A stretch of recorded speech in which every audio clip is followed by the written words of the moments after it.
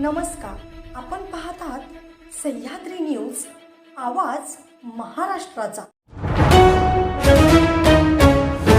विटा शहरात डंपर अपघात रोखण्यासाठी पोलीस स्टेशनमध्ये महत्त्वपूर्ण बैठक। डंपरमुळे होणारे अपघात कमी करण्याच्या दृष्टीने विटा पोलीस स्टेशन येथे महत्त्वपूर्ण बैठक आयोजित करण्यात आली।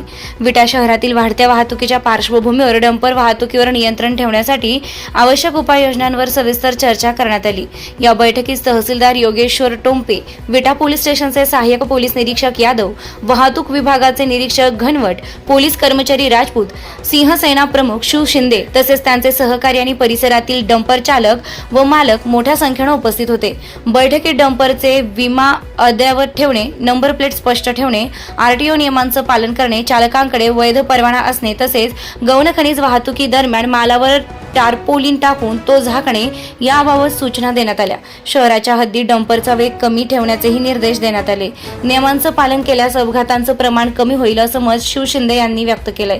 सह्याद्री न्यूज, आवाज महाराष्ट्राचा। मुख्य संपादक जब्बार पीरजादे, विटा, सांगली।